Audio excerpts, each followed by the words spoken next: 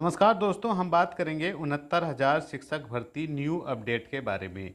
क्या चल रहा है 69,000 शिक्षक भर्ती में? न्यू मेरिट लिस्ट आपकी आनी है।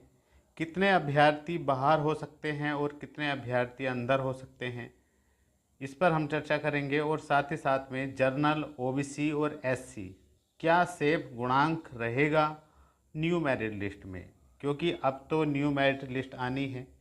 सरकार जो है डबल बेंच का जो आदेश आया है उसके अनुसार ही अब लिस्ट जारी करेगी।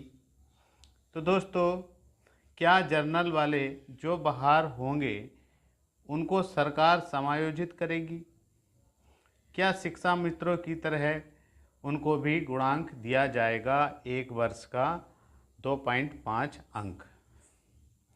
तो दोस्तों, बहुत कुछ चर्चा करेंगे, क्योंकि जो चयनित हैं, जो शिक्षक हैं, जो जॉब कर रहे हैं, आपको पता ही है डबल बेंच का सीधा सीधा आदेश है कि जो आरक्षण का लाभ लेने वाले अभ्यर्थी हैं जो बाहर हैं उनको जॉब दी जाए, और जो किसी ढंग से जॉब कर रहे हैं उनको बाहर किया जाए।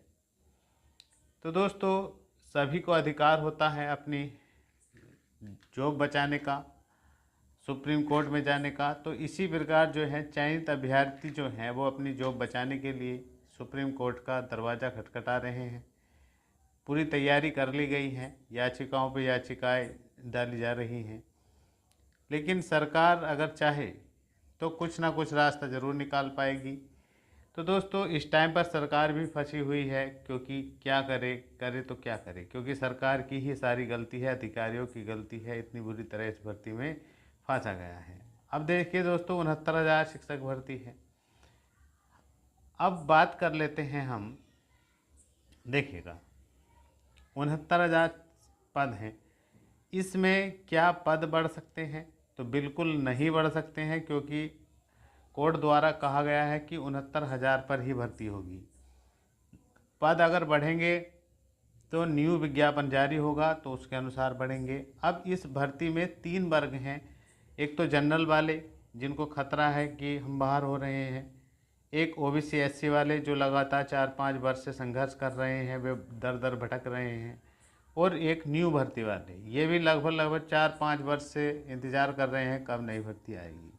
अब सरकार इनको, अगर जो बाहर हो रहे हैं अगर उनको समायोजित करती है तो ये न्यू भर्ती वाले भी कह रहे हैं कि किसी एक वर्ग को इतनी वैकेंसी कैसे दी जा सकती है। उधर ओबीसी एससी वाले भी कहेंगे कि ओबीसी और एससी भी चयनित होना चाहिए, क्योंकि एक ही वर्ग को इतनी सीटें आप ऐसे समायोजित नहीं कर सकते। तो मामला फंसा हुआ है। नई भर्ती वाले भी लगातार इंतज़ार कर रहे हैं कि कब भर्ती आएगी। जब तक ये 69,000 फंसी हुई है तो जब तक नई भर्ती आने की संभावनाएं कम है।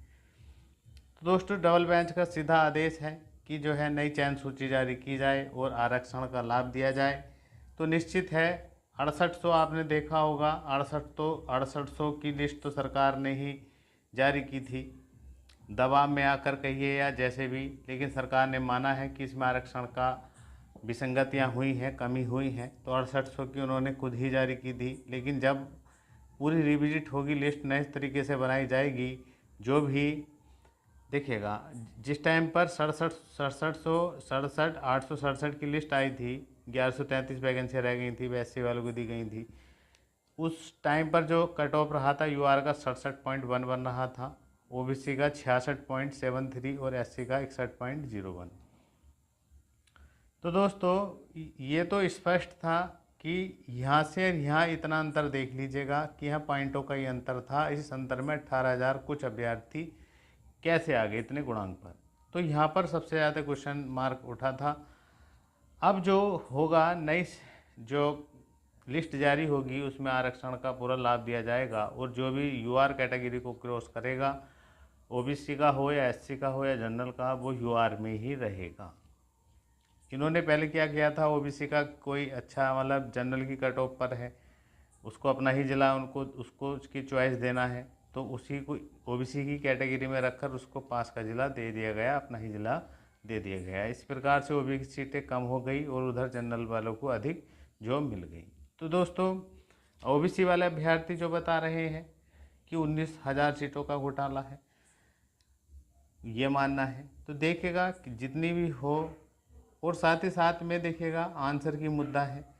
देखिएगा इसमें एक जनरल भाई वाले का कमेंट आया था कि हमें भी जॉब मिल सकती है, कि निश्चित मिल सकती है अगर आपका 1 मार्क्स बढ़कर, अगर आप एस्टेट की परीक्षा पास कर रहे हैं और आपका जो है गुणांक, फाइनल गुणांक अधिक बन रहा है, उस मेरिट में आता है, तो निश्चित आपको जॉब दी जाएगी। और जितने भी आंसर की वाले हैं अगर ये भी मेरिट में आते हैं तो निश्चित ही जॉब मिलेगी सबको। और सीटों का अनुमान जो बताया जा रहा है 10 से 12,000 का बताया जा रहा है। जैसे ही और जानकारी मिलेगी हम ज़रूर बताएंगे। और ये बिल्कुल सही जानकारी तभी मिल सकती है जब सरकार अपना डाटा जारी करेगी न्यू लिस्ट का, मेरिट लिस्ट का। अब देखिएगा अब क्या होगा। अब हम पूरा आपको गणित समझाते हैं, कोशिश करते हैं कि आप देखें इसको। देखिएगा अब क्या होगा। देखिएगा यूआर का और 67.11 पर तो ये शुरू की मेरिट गई थी, इसको भी 2 शिफ्टों में कराया था। उसके बाद जो है थर्ड काउंसलिंग कराई गई, वहाँ पर 66.48 तक जर्नल और एससी दोनों आ गए थे।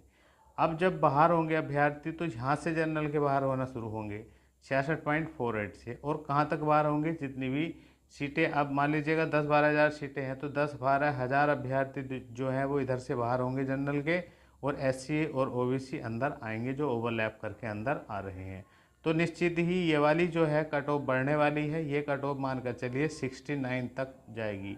69 प्लस जो भी जनरल का है वो सेफ है, और 69 तक गुणांक जा सकता है, ये मानकर चलिएगा। अब जब यहाँ से यूआर की सीटें से जनरल वाले बाहर होंगे तो वहाँ पर एससी और ओबीसी में अंदर आएंगे और इनकी सीटें खाली होती चली जाएंगी। अब जब इनकी सीटें खाली हो जाएगी तो यूआर का जो है वो तो फुल हो जाएगा। यूआर में तो जनरल, ओबीसी, एससी सभी आ जाएंगी। उसके बाद जो है मेरिट डाउन की दी जाएगी, और मेरिट डाउन करके 18,000 कुछ जो ये हैं 69,000 का 27% निकाल कर, प्लस जो ओवरलैप करके इसमें अभ्यर्थी गए हैं 12,000 15,000 जो भी हैं बेस सीटें इसमें जुड़ जाएंगी।